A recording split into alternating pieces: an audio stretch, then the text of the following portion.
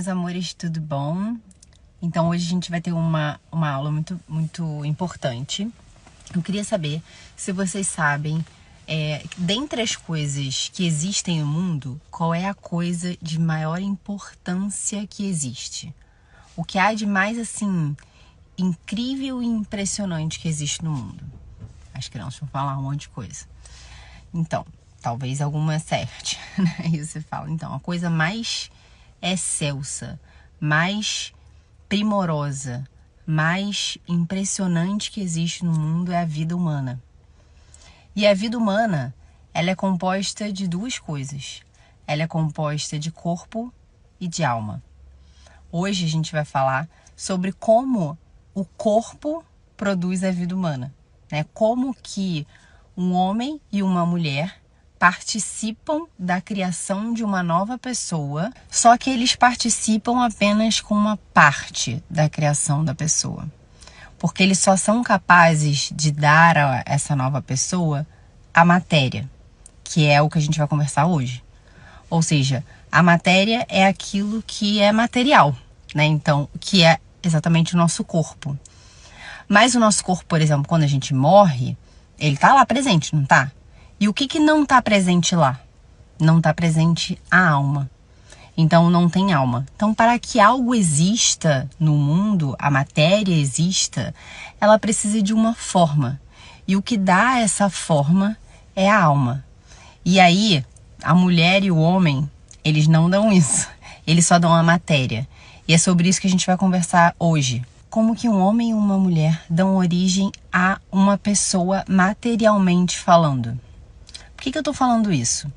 Todas as vezes, ou quantas vezes vocês já ouviram dizer que um casal desejaria ter filhos e não tem filhos, né? Porque eles não conseguem ter filhos. Ou seja, tudo materialmente que eu vou mostrar para vocês aqui, como que materialmente a coisa funciona no corpo da mulher e no corpo do homem, tudo materialmente está funcionando.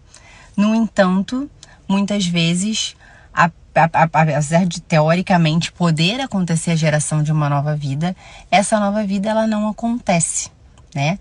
Então, não necessariamente um homem e uma mulher desejarem gerar uma nova vida, não necessariamente essa vida virá à existência, né? Porque existe uma coisa que é necessário existir ali, que é a presença de uma nova alma, para que aconteça a existência humana, né? Da pessoa, em corpo e alma. Então, a existência de uma vida, ela é de fato um mistério. A gente, por mais que a ciência tente estudar, a gente, no fundo, a gente não consegue explicar isso, né? Porque a presença de uma alma ali, que é o que dá vida a esse corpo, é algo que a gente não consegue explicar. Mas hoje eu vou explicar para vocês o que a ciência sabe sobre a existência de a existência de uma pessoa, como surge a existência de uma pessoa e como o homem e a mulher participam dessa criação da existência de uma nova pessoa. Então, eu queria, como esse assunto é um assunto que é um assunto excelso, é um assunto importante, é um assunto que diz respeito a cada um de nós, em como nós viemos ao mundo e como a nossa presença no mundo, ela não é um mero acaso, ela não simplesmente aconteceu, né? Há toda uma orquestração por cima, em torno disso, né? E que é uma orquestra bastante bonita de se ver tocar. É sobre isso que a gente vai falar, né? Então eu queria que vocês entendessem isso e eu queria que vocês respeitassem a forma e todo esse assunto, tá bom? Então, desrespeitar esse assunto é desrespeitar a vida humana.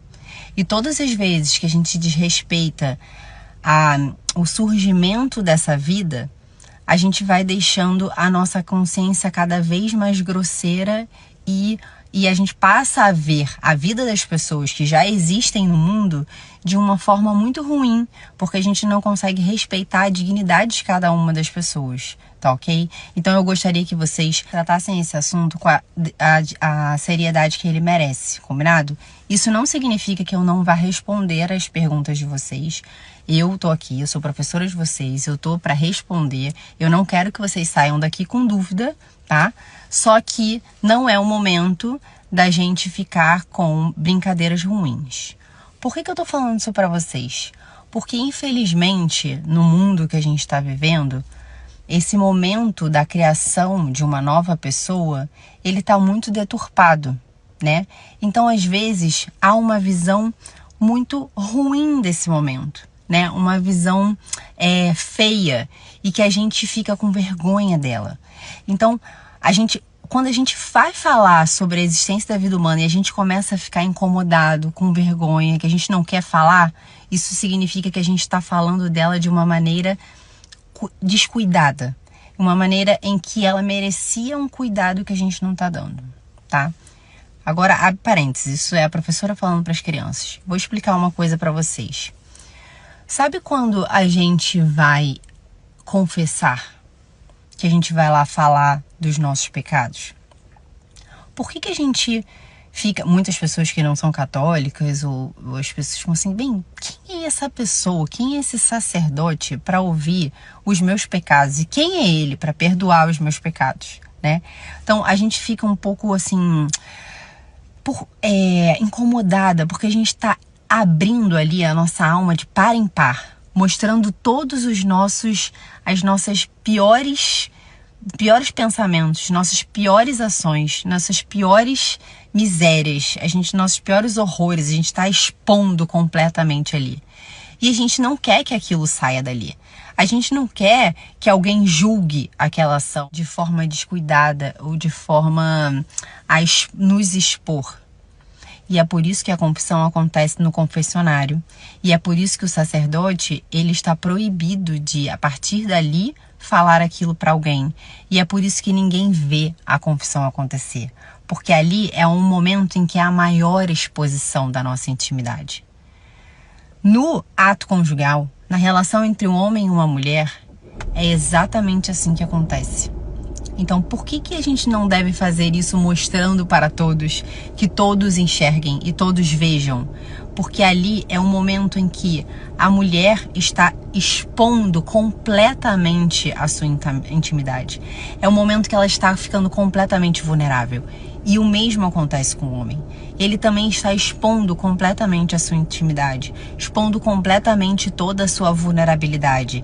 E tanto ele quanto ela esperam que o outro trate essa exposição da intimidade com muito cuidado, carinho e atenção, sem expor isso para as outras pessoas. Então é por isso que a intimidade entre um homem e uma mulher, ela deve ser preservada e cuidada. Isso não significa que seja uma coisa feia, assim como a confissão não é uma coisa feia, né? Mas ela precisa ser tratada de maneira cuidadosa. E é por isso que a gente não expõe para todo mundo.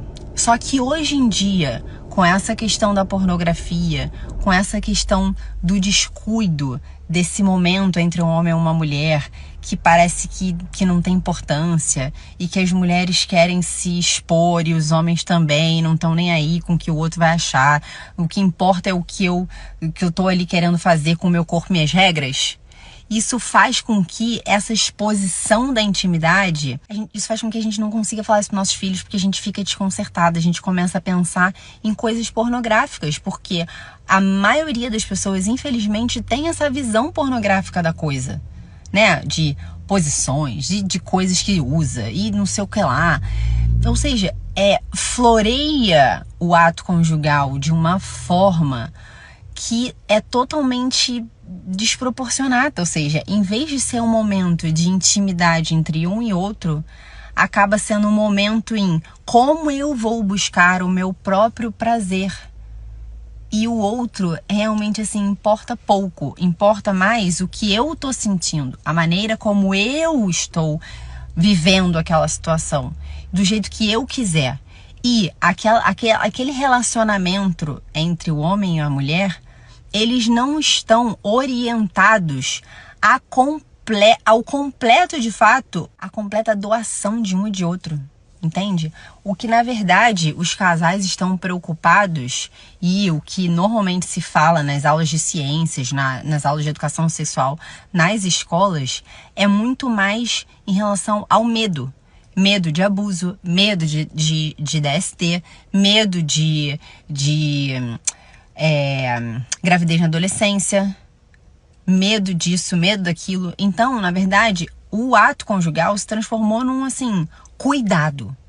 Cuidado, eu sei que você vai sentir prazer e que você quer colocar isso pra fora, e isso é muito maravilhoso, mas cuidado. Cuidado porque tem abuso, cuidado porque tem isso, cuidado porque tem aquilo, cuidado não sei o que lá. Isso é fruto de uma visão pornográfica das coisas, entende?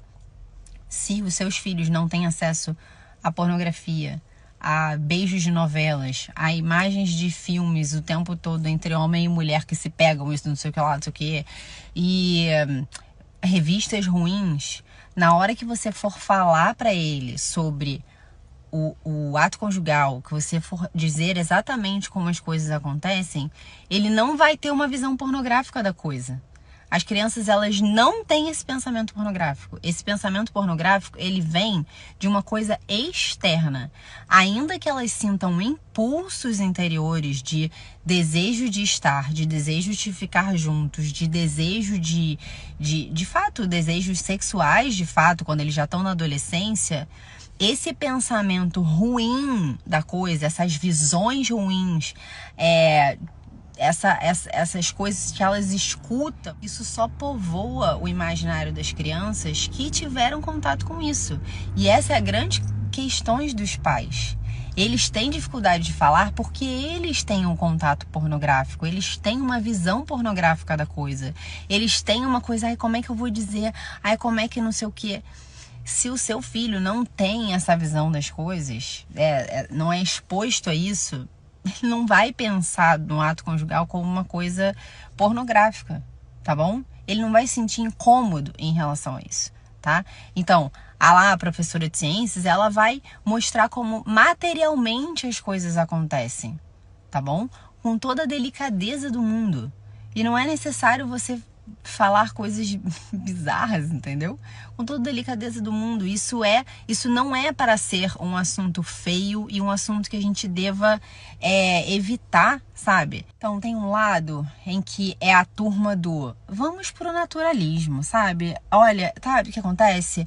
Por que as pessoas têm essa dificuldade de falar sobre isso? Porque a relação sexual, ela virou um tabu, sabe? Um tabu. E é por isso que as pessoas têm tantos problemas, elas têm tantas dificuldades, porque elas não conseguem expressar, porque vem a religião, vem uma série de coisas e coloca como uma coisa feia, não sei o que é totalmente mentira, tá? E aí começa essa coisa, vamos tratar disso de forma natural. Vamos falar disso como se isso não tivesse importância, como, sabe, não tem isso.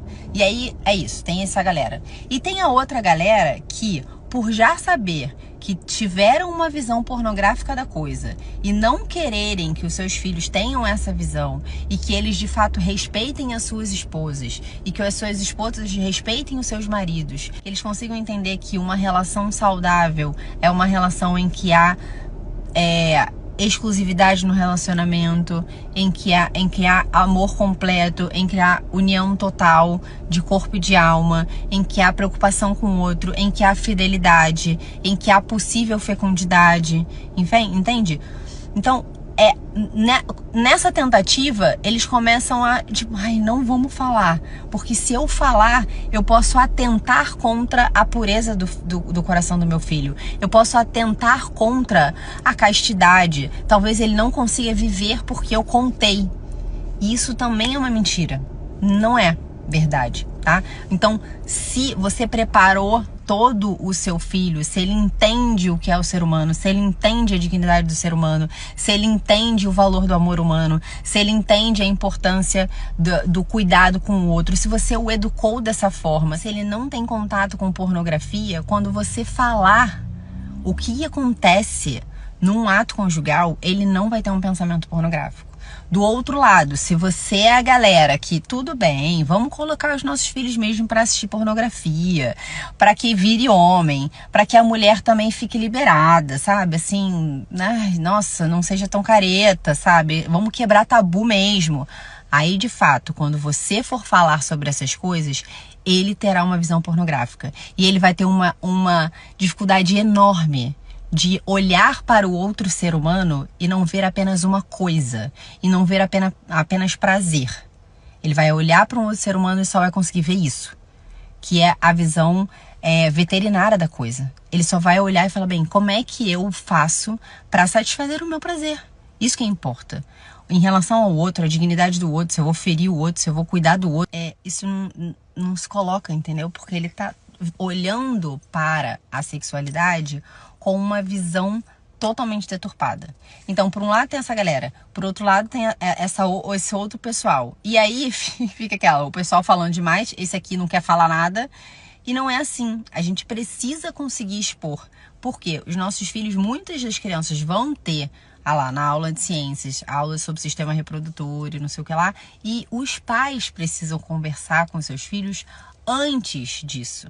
Eles precisam conversar nesse clima de confiança, nesse clima de responder tudo o que você quer saber sobre o assunto. Não tem nada sobre sexualidade que a gente não possa falar com os nossos filhos. A gente pode, e eles têm que sentir confiança em nós de que a gente vai dar todas as respostas. Agora, dar todas as respostas não significa tratar esse assunto de maneira descuidada, displicente, sem a devida reverência, porque a gente está lidando com a vida humana.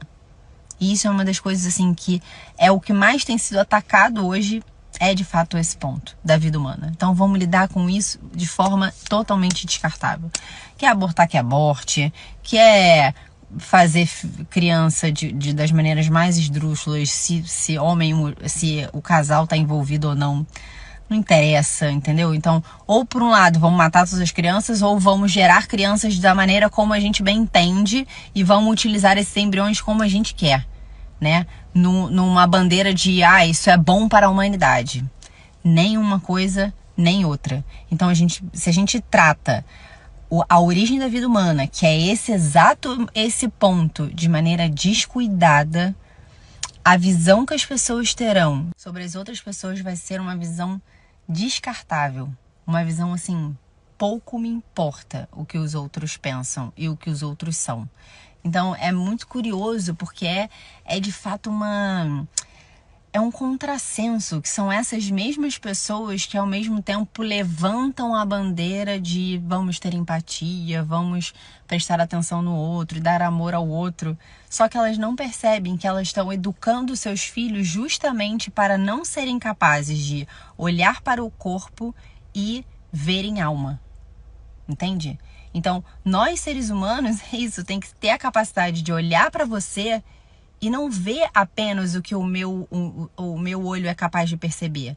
Mas eu preciso entender que aí dentro tem um mundo gigantesco, uma intimidade incrível e que eu preciso ser capaz de tocar nessa intimidade. Mas o primeiro passo que nos ajuda a tocar na intimidade do outro é entender que a pessoa humana ela é feita de corpo e alma e que a sua intimidade ela precisa ser preservada. Então parece pequeno, mas uma aula lá com a professora de ciências sobre o sistema reprodutor e como que isso é passado para as crianças é de vital importância para que elas percebam que o outro não é um objeto que está ao meu serviço do meu prazer. O outro é uma pessoa que tem uma alma e que eu preciso tratá-lo com a maior reverência e com o maior cuidado possível. Então a maneira como a gente vai falar sobre isso com os nossos filhos, ela é simplesmente decisiva. Que 9 meses depois ela pode dar origem a uma nova pessoa, em que aquele homem, aquela mulher, como a gente estava falando lá, deu a matéria e algo deu a forma, entende? E aí isso é de fato um mistério. É um mistério como, de fato, a geração de uma nova alma ela vem ao mundo, que quem tem religião consegue saber de onde vem esse mistério, né? Quem não tem, assim, não consegue identificar, mas é um mistério. E esse ato geracional dos seres humanos junto com um ser criador que nos mantém na existência, isso é de fato um mistério. E é necessário cuidar disso.